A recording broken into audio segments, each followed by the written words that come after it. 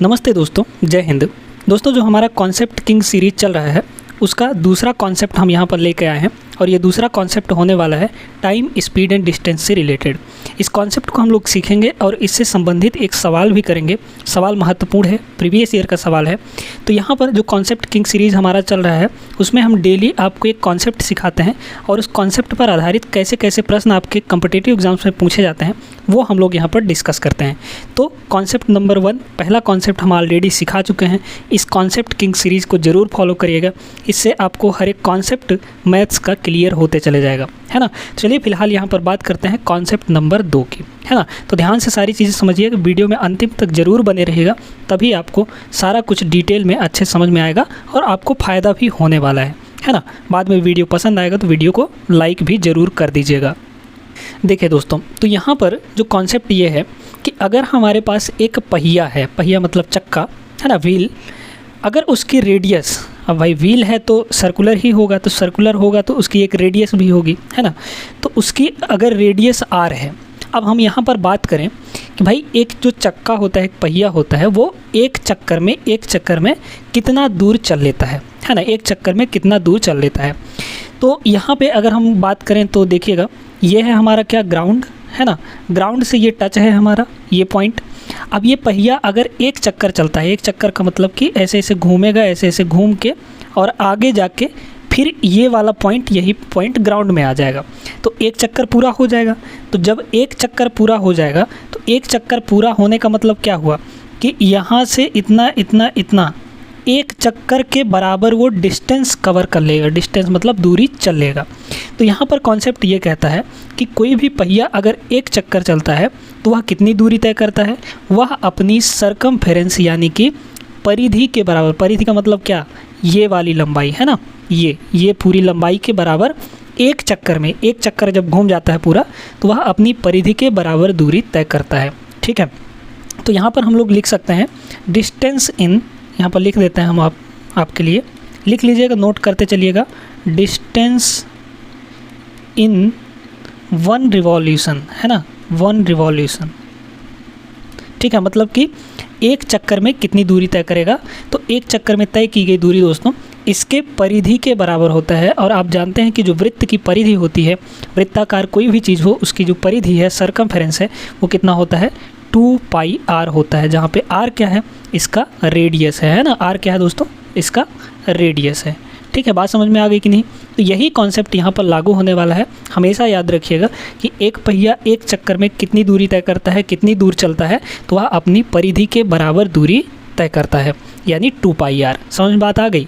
अब हम लोग इस सवाल की बात करते हैं। सवाल को, बड़ा बढ़िया सवाल है ना, टाइम एंड डिस्टेंस का सवाल ही है, लेकिन आपको इस फॉर्म में दे दिया है तो ये कॉन्सेप्ट आपको समझाना यहाँ पर ज़रूरी था। फिलहाल बात करते हैं इस सवाल की। ठीक है, देखिए दोस्तों, इस सवाल में कह रहा है कि एक गाड़ी के अगले पहिए की परिधि 40 फीट है ना। एक गाड़ी है, उसकी अगले पहिए की परिधि, अगले पहिए की परिधि हम लोग मान लेते हैं, चलिए अभी बाद में पता चलेगा, है ना, 40 फीट है। और पीछे वाले पहिए की परिधि, सरकमफेरेंस, पीछे वाले पहिए की 48 फीट है। मतलब आगे वाला चक्का जो है वो छोटा है, तो आगे वाला चक्का छोटा है, यानी इसकी जो परिधि है, इसकी जो सरकमफेरेंस है वो कितनी है दोस्तों, इसके आगे वाले पहिए की 40 फीट है और पीछे वाले पहिए की बड़ा है, यानी यहाँ पर 48 फीट है। ठीक है, गाड़ी द्वारा तय की गई दूरी क्या है जब अगले पहिए ने पिछले पहिए की तुलना में 5 चक्कर ज़्यादा लगाए हैं। अब एक बात ज़रा ऐसे समझिए, ट्रैक्टर को ले लीजिए। ट्रैक्टर जब आप देखते हैं तो ट्रैक्टर का आगे का चक्का जो है वो छोटा होता है, पीछे का चक्का बड़ा होता है। तो यहाँ पर आप ये समझिए कि जो आगे का चक्का है, मान लीजिए कि हमको 100 मीटर जाना है ना, यहाँ से लेकर यहाँ तक ट्रैक्टर को 100 मीटर चलाना है। तो जब 100 मीटर चलाएंगे तो जाहिर सी बात है कि जो छोटा चक्का होगा वो ज़्यादा चक्कर लगा लेगा, है ना, यहाँ से यहाँ तक जाने में, लेकिन जो बड़ा चक्का है वो कम चक्कर ही लगाएगा, है ना। तो वही कह रहा है यहाँ पर कि अगले पहिए ने पिछले पहिए की तुलना में 5 चक्कर ज़्यादा लगाए हैं। अगर ये हमारा n चक्कर लगाता है, कोई भी डिस्टेंस कवर करने के लिए n चक्कर लगाता है, तो ये वाला पहिया इससे 5 चक्कर ज़्यादा लगाएगा, यानी n+5 चक्कर लगाएगा।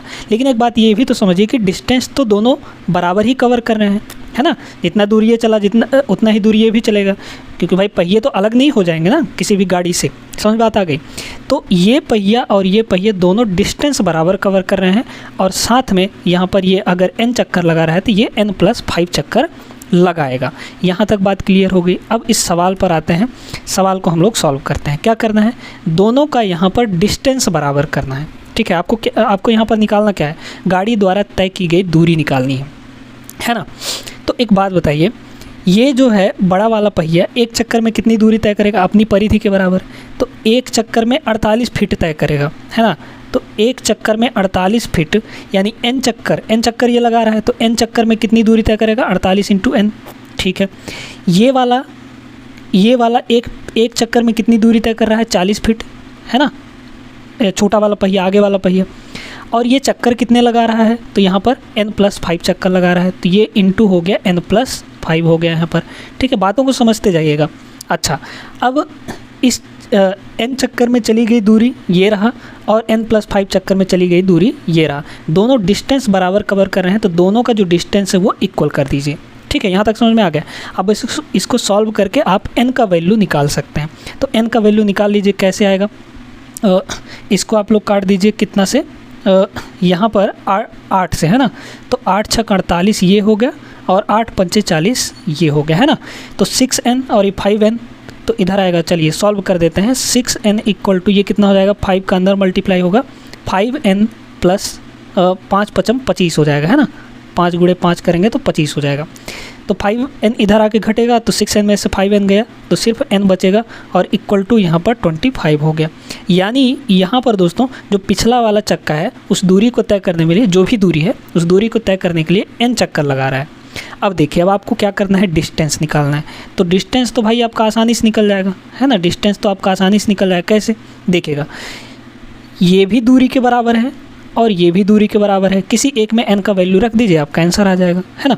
तो यहाँ पर हम लोग रख देते हैं, कितना हो जाएगा, इस वाले में, इसमें भी रखेंगे वही चीज़ आएगा, क्योंकि दोनों ही तो दूरी है और वही दूरी हम निकालने जा रहे हैं।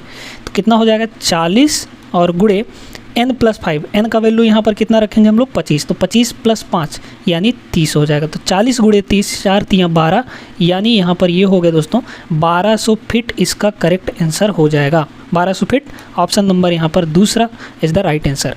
क्लियर हो गई बात। तो यहाँ पर आप लोगों को एक बेहतरीन कॉन्सेप्ट हमने यहाँ पर समझाया और बताया कि जो परिधि होती है वो एक चक्कर चले गए पहिए की दूरी के बराबर होती है। एक चक्कर में जितनी भी दूरी तय करेगा वह अपनी वृत्त की परिधि के बराबर ही दूरी तय करेगा। इसी कॉन्सेप्ट का एप्लीकेशन इस सवाल में था, जो कि हमने अच्छे से कर लिया। आई होप कि ये क्लास आपको पसंद आया होगा, और वीडियो पसंद आया हो तो वीडियो को लाइक कर दीजिए, अपने दोस्तों के साथ शेयर कर दीजिए। डेली हम यहाँ पर एक नया कॉन्सेप्ट लेकर आते हैं और उस पर आधारित सवाल भी आपको करवाते हैं। आई होप वीडियो पसंद आया हो तो वीडियो को खूब ज़्यादा से ज़्यादा शेयर कर दीजिएगा, और सब्सक्राइब करके बेल आइकन ज़रूर दबा दीजिएगा, ताकि आपको नोटिफिकेशन मिलता रहे। मिलते हैं हम लोग अगले वीडियो में। तब तक आप लोग सभी अपना ख्याल रखिएगा, पढ़ाई लिखाई ढंग से करते रहिएगा। आपके एग्ज़ाम्स बहुत सारे वैकेंसीज़ आ रही हैं, उनमें फॉर्म डालिए, आपका सिलेक्शन ज़रूर होगा। चलिए फिर मिलते हैं नेक्स्ट वीडियो में, तब तक के लिए जय हिंद।